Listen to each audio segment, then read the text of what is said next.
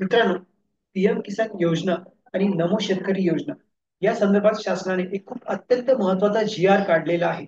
आणि हा जो जी आर काढलेला आहे त्याच्यामुळे शेतकऱ्यांना मोठा फायदा होणार आहे, त्यांना मोठा दिलासा मिळणार आहे. हा जो जी आर आहे तो काय आहे ते एकदा बघूयात. तर जी आर मध्ये काय सांगितलं बघा.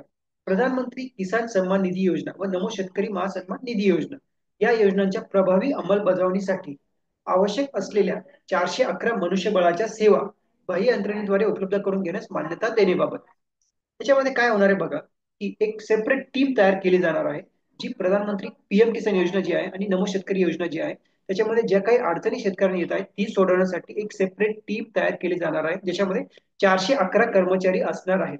आता पण काय होत होतं बघा, पीएम किसान योजना आणि नमो शेतकरी योजना याच्यामध्ये शेतकऱ्यांना बऱ्याच अडचणी येत होत्या. आणि त्यांना ज्या ज्या अडचणी येत होत्या त्याची तक्रार नेमकी करायची कुठे, ती अडचणी नेमकी सोडवणार कोण. कारण जर त्याच्यामध्ये समजा कुणी पात्र ठरायला पाहिजे ते अपात्र ठरत होते, कुणाचे हप्ते मध्येच बंद होत होते, पैसे मिळत नव्हते, पैसे नेमके गेले कुठे हे शेतकऱ्यांना कळत नव्हतं. काय अडचणी येत आहेत, का बरं अपात्र ठरत आहेत हे शेतकऱ्यांना कळत नव्हतं. आणि समजा ते जर कृषी विभागाकडे गेले तर त्यांना तिथे तलाठी कार्यालयाकडे जा, तहसीलदाराकडे जा असं सांगण्यात येत होतं. तिथं गेलं तर मनुष्यबळ नाही, या खूप साऱ्या अडचणी येत होत्या.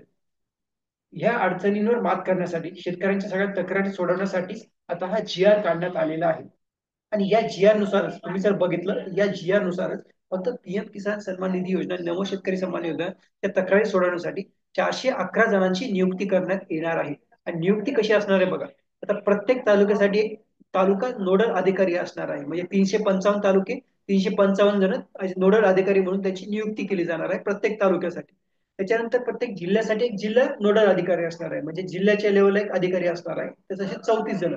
आणि नंतर मग पुण्याचं जे कृषी आयुक्तालय आहे तिथे काही जण असणार आहेत, तिथे काही कर्मचारी असतील.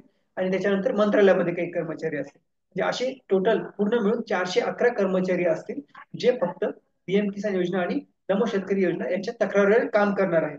त्यांच्या कामामध्ये काय असेल बघा, ज्या काही तक्रारी असतील शेतकऱ्यांच्या पीएम किसान योजनेसंदर्भात, नमो शेतकरी योजनेसंदर्भात, त्याच्यावर त्या सोडवण्याचे काम जे कर्मचारी असतील 411 त्यांच्याकडे ते असणार आहे.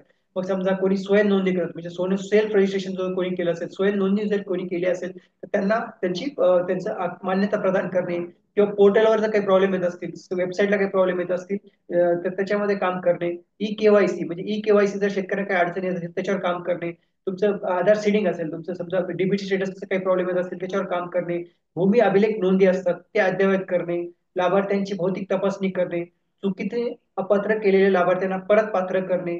मयत लाभार्थ्यांची पोर्टलवर नोंद घेणे. मयत लाभार्थ्यांच्या वारसाची नव्याने नोंदणी करणे. असे बरेचसे कामं हे 411 जे कर्मचारी असतील, त्यांची टीम असेल, त्यांच्या मार्फत केले जाणार आहे.